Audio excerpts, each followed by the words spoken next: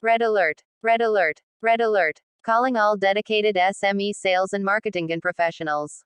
Don't be shell-shocked with what you are about to read. Alright. We need to talk about the escalating rental in busy town areas.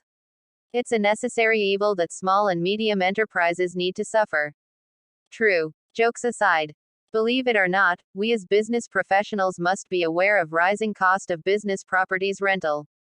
Truly it affects our performance as concerned SMEs sales and marketing individuals. Don't believe. Just keep on reading and you will discover why. Agree. Hold your horses. Just don't dive straight into the deep end of this newsletter before you read this preview. Alright. Truly you have to read all the salient point below to believe the truth of the matter. In essence, many small-time operators in the field of dressmaking, battery replacements, repairing shoes have gained much in terms of rentals and operational costs. Some small setups save up to 50% of their rentals and others by doing their business at home. With the savings on rentals, they are now operating competitively on prices, convenience, and better customer relations. Even with the burden of having to pay fines for operating at home, to say the least. Without further ado, let's jump straight into the deep end of this week's bulletin. Shall we? Thanks. Breaking news: home-based business owners save on rental. Georgetown. A few operators who closed their shops and took their businesses home are now grateful for their decisions as shoplot rentals began soaring with the end of most of the government's COVID-19 precautions. Mechanic Kelvin Ching was even fortunate enough to do it shortly before the pandemic struck. For almost 20 years, he ran a workshop specializing in vehicle battery replacement. The rental of his previous Badu Lanchang shop used to be about Rm 2,000, it kept going up until the landlord wanted over Rm 3,000 in 2019. So, he moved his business to his home in Taman Green Lane and parted ways with 3 workers. Now going solo from home, Ching, 46, looks back and is glad he did it just before the pandemic and movement control order came. I have better control of the business and remain competitive by offering better rates, he said. He lost half his customers, but Ching said by operating from home, his reduced operational costs made it all worthwhile. There was another blessing: I am now closer to my family. In retrospect, Ching believed that if he had tried to keep his shop alive in the thick of the pandemic, he would have suffered major losses. Maggie Lim, 40, was another one who saw the merit in taking her business home. She closed her clothing boutique here about 2 months ago, and moved it to her landed home in Jalan Masjid Negri to cut cost. I could not compete with online businesses from my shop. Their prices were always lower as their running costs were low. But now, I can give them a run for their money. I save on rental and hire fewer workers now, she said. 3 months ago, cobbler Lo Ah Fan had the same epiphany after vandals and riff-raff harassed him in his 5-foot-way setup in Jalan Tan Sri Tayu Lim in Jelutong.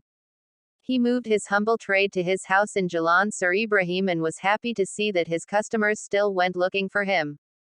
I started working in a shoe factory at 15 and worked there for over 40 years before I became a cobbler at 59. Working from home is safe and peaceful. Many regular customers still return as I charge reasonably while delivering top-notch handiwork. I am 84 and still sewing without any visual aid, said Lo. Real estate agent Vincent Liang said rents in Penang went up by between 5% and 10% after the MCO, particularly in prime areas. In popular places, there are many tenants moving out. While the properties went vacant, some owners took the initiative to refurbish them and now increase their rental rates as businesses return to normalcy, he said. Liang said not all residential properties could be converted for commercial use. Some would rather pay compounds for operating businesses in their homes than go through the cost and hassle of conversion, he said. He felt that while it could be cheaper to run a business from home, some businesses could lose out on visibility and access. Larger businesses still prefer a dedicated space in a commercial area, he said. Believable. You bet it is.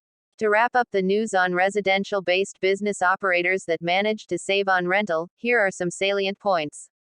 In summary, mention must be made on the seriousness of the rental being raised excessively. Frankly, this does affect highly on the livelihood of small-time business operators in our country.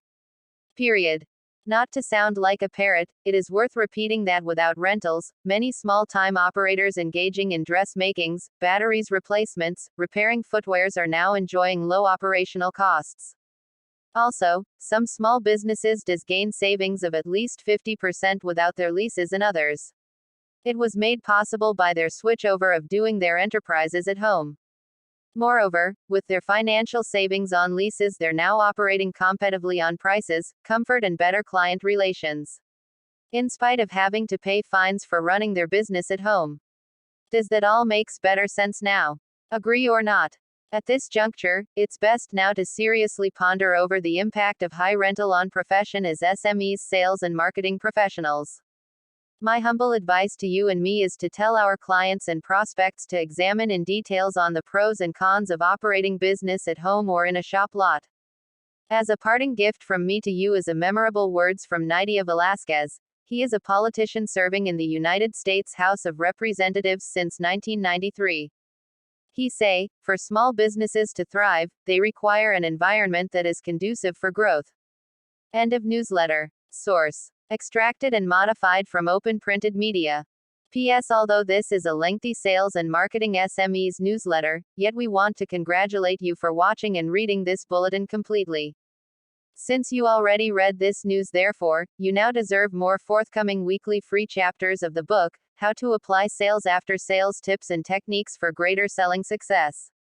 Plus, we are eager to know which part of this sales and marketing SMEs newsletter you learned most. Your feedbacks would help each other be more proficient and professional.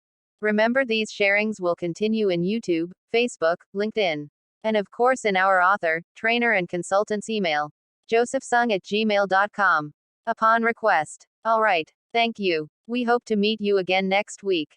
Goodbye and best wishes. From me, yours truly, Madam Sophia, the virtual presenter to CTM Joseph, the 12th of October 2022.